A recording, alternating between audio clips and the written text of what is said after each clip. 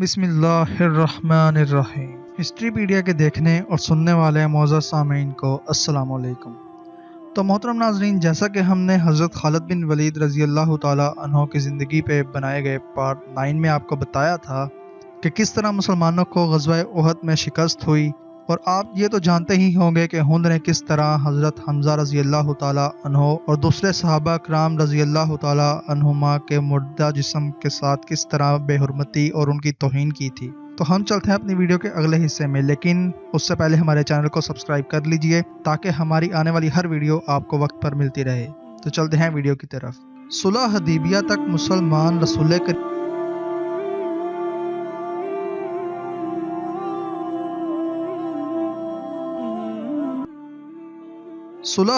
तक मुसलमान रसूल करीम सल्लल्लाहु अलैहि वसल्लम की क़यादत में छोटे बड़े 28 मार्के लड़ चुके थे और फतह और नुसरत की धाक बिठा चुके थे।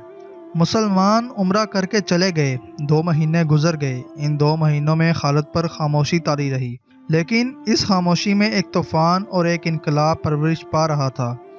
खालिद ने मज़हब में कभी भी दिलचस्पी नहीं ली थी। उसे ना कभी अपने बुतों का ख्याल आया था, ना कभी उसने रसूल करीम सल्लल्लाहु अलैहि वसल्लम की रिसालत को समझने की कोशिश की थी।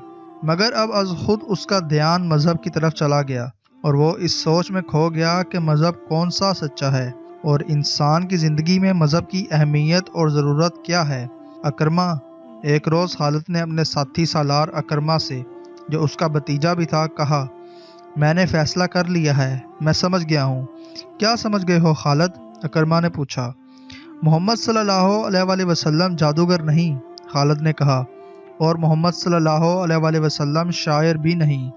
मैंने मोहम्मद सल्लल्लाहु अलैहि वसल्लम को अपना दुश्मन समझना छोड़ दिया है और मैंने मोहम्मद सल्लल्लाहु अलैहि वसल्लम को खुदा का रसूल तस्लीम कर लिया है। हुबल और अज़ा की कसम, तुम मजाक कर रहे हो? अकरमा ने कहा, कोई नहीं मानेगा कि वलीद का बेटा अपना मज़हब छोड़ रहा है। वलीद का बेटा अपना मज़हब छोड़ चुका है, खालिद ने कहा। क्या तुम भूल गए हो कि मोहम्मद सल्लल्लाहु अलैहि वसल्लम हमारे कितने आदमियों को कत्ल करा चुका है? अकरमा ने कहा। तुम उनके मज़हब को कबूल कर रहे हो जिनके खून के हम प्यासे हैं? मैंने फ़ैसला कर लिया है अकरमा, खालिद ने दो टोक लहजे में कहा। मैंने सोच समझ कर फ़ैसला किया है। इसी शाम अबू सुफियान ने खालिद को अपने यहाँ बुलाया। अकरमा भी वहाँ मौजूद था। क्या तुम भी मोहम्मद सल्लल्लाहु अलैहि वसल्लम की बातों में आ गए हो? अबू सुफियान ने उससे पूछा। तुमने ठीक सुना है अबू सुफियान, खालिद ने कहा। मोहम्मद सल्लल्लाहु अलैहि वसल्लम की बातें ही कुछ ऐसी हैं। मशहूर मौरख वाक़दी ने लिखा है कि अबू सुफियान कबीले का सरदार था। उसने खालिद का फ़ैसला बदलने के लिए उसे कत्ल की धमकी दी। खालिद इस धमकी पर मुस्कुरा दिया, मगर अकरमा बर्दाश्त न कर सका, हालांकि वो खुद खालिद के इस फ़ैसले के ख़िलाफ़ था। अबू सुफियान, अकरमा ने कहा, मैं तुम्हें अपने कबीले का सरदार मानता हूँ, लेकिन खालिद को जो तुमने धमकी दी है मैं वो बर्दाश्त नहीं कर सकता। तुम खालिद को अपना मज़हब बदलने से नहीं रोक सकते। अगर तुम खालिद के ख़िलाफ़ कोई कार्रवाई करोगे तो हो सकता है कि मैं भी खालिद के साथ मदीना चला जाऊँ। अगले ही रोज़ मक्का में हर किसी की ज़ुबान पे ये अल्फाज थे, खालिद बिन वलीद मोहम्मद सल्लल्लाहु अलैहि वसल्लम के पास चला गया है। खालिद यादों के रेले में बहता मदीना को चला जा रहा था। उसे अपना माजी इस तरह याद आया था जैसे वो घोड़े पर सवार मदीना को नहीं बल्कि प्यादा अपने माजी में चला जा रहा था। उसे मदीना के ऊंचे मकानों की मंडीरें नजर आने लगीं। खालिद, उसे किसी ने पुकारा, लेकिन उसे गुजरे हुए वक्त की आवाज़ समझकर उसने नज़रअंदाज कर दिया। उसे घोड़े के टाप सुनाई दिए। तब उसने देखा, उसे 2 घोड़े अपनी तरफ आते दिखाई दिए। वो रुक गया। घोड़े उसके करीब आकर रुक गए। एक सवार उसके कबीले के मशहूर जंगजू उमर बिन आस थे और दूसरे उस्मान बिन तलहा। दोनों ने अभी इस्लाम कबूल नहीं किया था। क्या तुम दोनों मुझे वापस मक्का ले जाने के लिए आए हो? खालिद ने उनसे पूछा। तुम जा कहाँ रहे हो? उमर बिन आस ने पूछा। और तुम दोनों कहाँ जा रहे हो? खालिद ने पूछा। खुदा की कसम, हम तुम्हें बताएंगे तो तुम खुश नहीं होगे। उस्मान बिन तलहा ने कहा, हम मदीना जा रहे हैं। बात पूरी करो उस्मान, उमर बिन आस ने कहा। खालिद, हम मोहम्मद सल्लल्लाहु अलैहि वसल्लम का मज़हब कबूल करने जा रहे हैं। हमने मोहम्मद सल्लल्लाहु अलैहि वसल्लम को खुदा का सच्चा नबी मान लिया है। फिर हम एक ही मंजिल के मुसाफिर हैं, खालिद ने कहा। आओ इकट्ठे चलें। وہ 31 مئی کا دن تھا جب تاریخ اسلام کے دو عظیم جرنیل خالد بن ولید رضی اللہ تعالی عنہ اور عمرو بن عاص رضی اللہ تعالی عنہ مدینہ میں داخل ہوئے۔ ان کے ساتھ عثمان بن طلحہ رضی اللہ تعالی عنہ تھے۔ تینوں رسول کریم صلی اللہ علیہ وسلم کے حضور پہنچے۔ سب سے پہلے خالد بن ولید رضی اللہ تعالی عنہ اندر گئے۔ ان کے پیچھے عمرو بن عاص رضی اللہ تعالی عنہ اور عثمان بن طلحہ رضی اللہ تعالی عنہ گئے۔ تینوں نے قبول اسلام کی خواہش ظاہر کی۔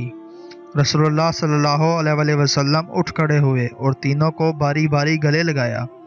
شہیدوں کو دل سے اتار دیں، ذہن سے ان کا نام و نشان مٹا دیں، ان کی یادوں کو شراب میں ڈبو دیں، اور اس زمین پر جو خدا نے ہمیں شہیدوں کے صدقے عطا کی ہے، بادشاہ بن کر گردن اکڑا لیں اور کہیں کہ میں ہوں اس زمین کا شہنشاہ۔ شہیدوں کے نام پر مٹی ڈال دیں، کسی شہید کی کہیں قبر نظر آئے تو اسے زمین سے ملا دیں، مگر زندگی کے ہر موڑ اور ہر دوراہے پر آپ کو شہید کھڑے نظر آئیں گے۔ آپ کے ذہن کے کسی گوشے سے شہید اٹھیں گے اور شراب اور شہنشاہیت کا نشہ اتار دیں گے۔ جس نے تخت و تاج کے نشے میں شہیدوں سے بے وفائی کی، وہ شاہ سے گدھا اور ذلیل و خوار ہوا، کیونکہ اس نے قرآن کے اس فرمان کی حکم عدولی کی، شہید زندہ ہیں، انہیں مردہ مت کہو۔ عرب کے ملک اردن میں گمنام سا ایک مقام ہے جس کا نام موتا ہے۔ اس کے قریب سے گزر جانے والوں کو بھی شاید پتہ نہ چلتا ہوگا کہ وہاں ایک بستی ہے۔ اس کی حیثیت چھوٹے سے ایک گاؤں سے بڑھ کر اور کچھ بھی نہیں، لیکن شہیدوں نے اردن کے بادشاہ کو اپنی موجودگی کا اور اپنی زندگی کا جو انہیں اللہ تعالیٰ نے عطا کی ہے احساس دلایا۔ وہ جس مارکے میں شہید ہوئے تھے وہ 13.5 صدیاں پہلے اس مقام پر لڑا گیا تھا۔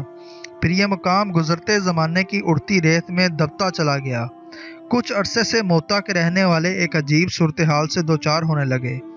آج بھی وہاں چلے جائیں اور وہاں رہنے والوں سے پوچھیں تو وہ بتائیں گے کہ ان میں سے کوئی نہ کوئی آدمی رات کو خواب میں دیکھتا ہے کہ 13.5 صدیاں پہلے کے مجاہدین اسلام چل پھر رہے ہیں۔ کفار کا ایک لشکر آتا ہے اور مجاہدین اس کے مقابلے میں جم جاتے ہیں۔ ان کی تعداد تھوڑی ہے اور لشکر کفار مانندے سیلاب ہیں۔ مارکا بڑا خون ریز ہے۔ یہ خواب ایک دو آدمیوں نے نہیں، وہاں کے بہت سے آدمیوں نے دیکھا ہے، اور کسی نہ کسی کو یہ خواب ابھی تک نظر آتا ہے۔ یہ لوگ پڑھے لکھے نہیں، انہیں معلوم نہیں تھا کہ 13.5 صدیاں پہلے یہاں حق و باطل کا مارکا لڑا گیا تھا، مگر ان کے خوابوں میں شہید آنے لگے۔ یہ خبر اردن کے ایوانوں تک پہنچی۔ تب یاد آیا کہ یہ وہ موتا ہے جہاں مسلمانوں اور عیسائیوں کی ایک لڑائی ہوئی تھی۔ یہ عیسائی عرب کے باشندے تھے۔ شہیدوں نے اپنے زندہ ہونے کا ایسا احساس دلایا کہ اردن کی حکومت نے جنگ موتا اور اس جنگ کے شہیدوں کی یادگار کے طور پر ایک نہایت خوبصورت مسجد تعمیر کرنے کے احکام جاری کر دیے۔ مسجد کی تعمیر 1868 عیسوی میں شروع ہوئی تھی۔ اس جنگ میں 3 سپہ سالار زید بن حارثہ رضی اللہ تعالی عنہ، جعفر بن ابی طالب رضی اللہ تعالی عنہ اور عبداللہ بن رواحہ رضی اللہ تعالی عنہ یکے بعد دیگرے شہید ہو گئے تھے۔ ان تینوں کی قبریں موتا سے تقریباً 2 میل دور ہیں، جو ابھی تک محفوظ ہیں۔ مدینہ میں آ کر خالد بن ولید رضی اللہ تعالی عنہ نے اسلام قبول کیا تو ان کی ذات میں عظیم انقلاب آ گیا۔ 3 مہینے گزر گئے تھے۔ خالد رضی اللہ تعالی عنہ زیادہ تر وقت رسول کریم صلی اللہ علیہ وسلم کے حضور بیٹھے فیض حاصل کرتے رہتے تھے، مگر انہیں ابھی عسکری جوہر دکھانے کا موقع نہیں ملا تھا۔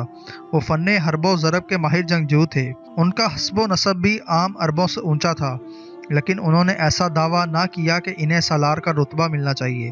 انہوں نے اپنے آپ کو سپاہی سمجھا اور اس حیثیت میں خوش رہے۔ آج کے شام اور اردن کے علاقے میں اس زمانے میں قبیلہ غسان آباد تھا، جو اس علاقے میں دور تک پھیلا ہوا تھا۔ یہ قبیلہ طاقت کے لحاظ سے زبردست مانا جاتا تھا، کیونکہ جنگجو ہونے کے علاوہ اس کی تعداد بہت زیادہ تھی۔ اس قبیلے میں عیسائی بھی شامل تھے۔ اس وقت روم کا شہنشاہ ہرقل تھا، جس کی جنگ پسندی اور جنگی دہشت دور دور تک پہنچی ہوئی تھی۔ اسلام تیزی سے پھل پھول رہا تھا۔ قبیلہ قریش کے ہزارہ لوگ اسلام قبول کر چکے تھے۔ ان کے مانے منجھے ہوئے سردار اور سالار بھی مدینہ جا کر رسول خدا صلی اللہ علیہ وسلم کے دست مبارک پر بیعت کر چکے تھے، اور مسلمان ایک جنگی طاقت بنتے جا رہے تھے۔